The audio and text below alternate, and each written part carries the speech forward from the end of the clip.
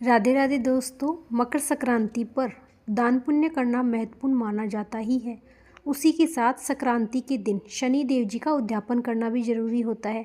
इस दिन शनि देव जी का उद्यापन बहुत ही सरल विधि से किया जाता है। इसके लिए आप एक लोहे की परात, एक लोहे की साकल, खुरपी, 1.25 मीटर काला कपड़ा, 1.25 पाव काली साबुत उड़द, 1.25 पाव गुड़, 1.25 पाव सरसों का तेल, 1.25 पाव काले तिल के लड्डू, फीणी और दक्षिणा रखकर कहानी सुने। आपको इसी वीडियो में आगे मिल जाएगी। फिर कहानी सुनकर यह सभी सामान शनिदेव जी के मंदिर में चढ़ाकर शनिदेव जी से प्रार्थना करें कि हे शनिदेव जी, आपकी कृपा दृष्टि सदा मेरे परिवार पर बनाए रखना। आइए सुनते हैं शनिदेव जी की कहानी। एक राजा था। उसने सारे शहर में घोषणा करवा रखी थी कि जो बुरे से बुरे सौदागर आए, उनका अगर माल नहीं बिकेगा तो राजा स्वयं उचित मूल्य देकर वह सामग्री खरीद लेगा। सभी सौदागर प्रसन्न हो गए। अब अगर किसी सौदागर का माल नहीं बिकता तो वहां के राजा के आदमी उस सामग्री का उचित मूल्य देकर वह सामग्री खरीद लेते। एक दिन की बात है कि एक लोहार लोहे की शनिदेव की मूर्ति बनाकर लाया, परंतु कोई भी शनिदेव की मूर्ति खरीदने को तैयार नहीं। संध्या का समय था। राजा के आदमी आए और मूर्ति को राजा के पास लाए और राजा ने मूर्ति आदर सहित रख ली। शनिदेव के घर में आने से सभी देवी देवता नाराज हो गए और रात के अंधेरे में राजा ने देखा कि एक साड़ी पहने स्त्री घर से जा रही थी। राजा ने पूछा, तुम कौन हो? स्त्री ने राजा से कहा कि मैं लक्ष्मी हूँ तथा जहाँ शनिदेव का वास होगा मैं वहाँ नहीं रहूंगी। राजा ने उन्हें नहीं रोका। कुछ समय बाद एक देव पुरुष को वहां से जाते देखा।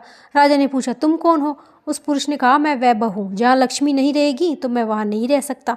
राजा ने उन्हें भी रुकने हेतु नहीं कहा।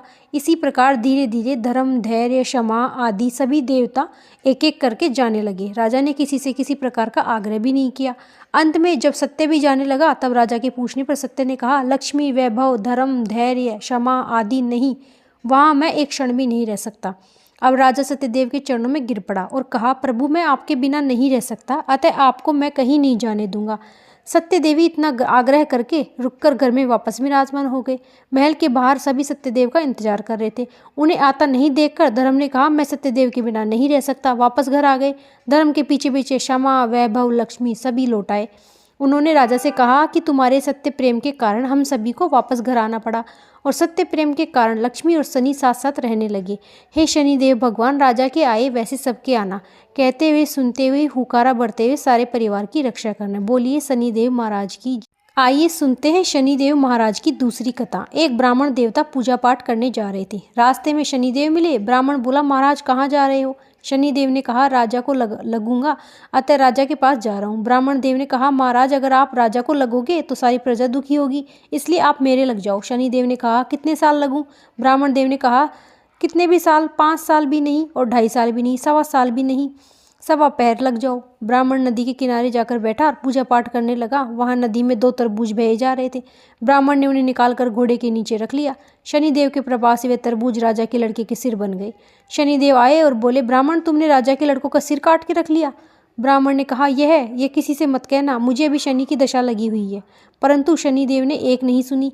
1-2 जनों की बात बताई और सारी नगरी में फैल गई। राजा ने कहा, ब्राह्मण को सूली पर चढ़ा दो। सभी तैयारियां पूरी हो गई। इतने में ब्राह्मण देव का 1.25 पहर भी पूरा हो गया। तभी राजा के लड़के भी खेलते खेलते वापस आए। राजा जल्दी वहां गए जहां ब्राह्मण को सूली पर चढ़ाने वाले थे। राजा ने उसे रुकवाया और राजा ने ब्राह्मण से पूछा, यह सब क्या था? तो ब्राह्मण ने कहा, मुझे कुछ नहीं पता, मैं तो पाठ करने जा रहा था। रास्ते में शनिदेव मिले तो मैंने पूछा, कहाँ जा रहे? तो उन्होंने कहा, राजा को लगने जा रहा हूँ। तो मैंने कह दिया, राजा को लगे तो सारी प्रजा दुखी होगी, मुझे ही लग जाओ। अतः 1.25 पैर की मुझे शनि की दशा चल रही है और 1.25 पैर में ही शनिदेव ने अपना प्रभाव दिखा दिया। राजा ने पूछा, शनि की दशा किस प्रकार उतरती है?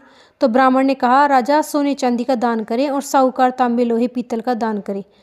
तो राजा ने कहा, राजा और साहूकार तो कर देगा, परंतु गरीब प्रजा किस प्रकार करेगी? तो ब्राह्मण ने कहा, तेल की पली, गुड़ की डली, दागत को देवे दे 7 शनिवार पीपल में जल चढ़ा देवे और कहे, शनिदेव का सोटा कभी नावे टोटा। शनिवार की घड़ी घड़ी में 70 बला टली और 7 बार पीपल में जल चढ़ा देवे तो सारी बला टले जाएगी। हे शनि भगवान, सबकी रक्षा करना। जय श्री राधे। वीडियो अच्छी लगी हो तो लाइक करें। राधे राधे।